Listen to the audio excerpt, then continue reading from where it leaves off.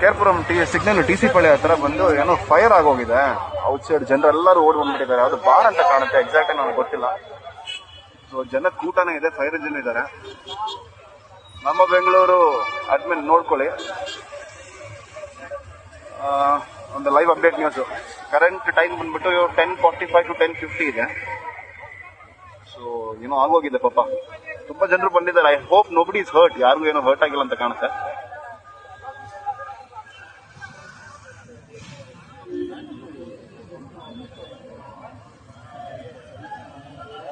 Fire engine ಬಂದಿದ್ದಾರೆ, fire engine already ಇದ್ದಾರೆ.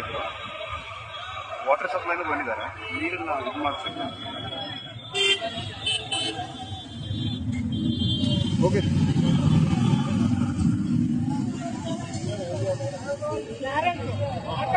Short circuit ಆಗಿರ್ಬೇಕು.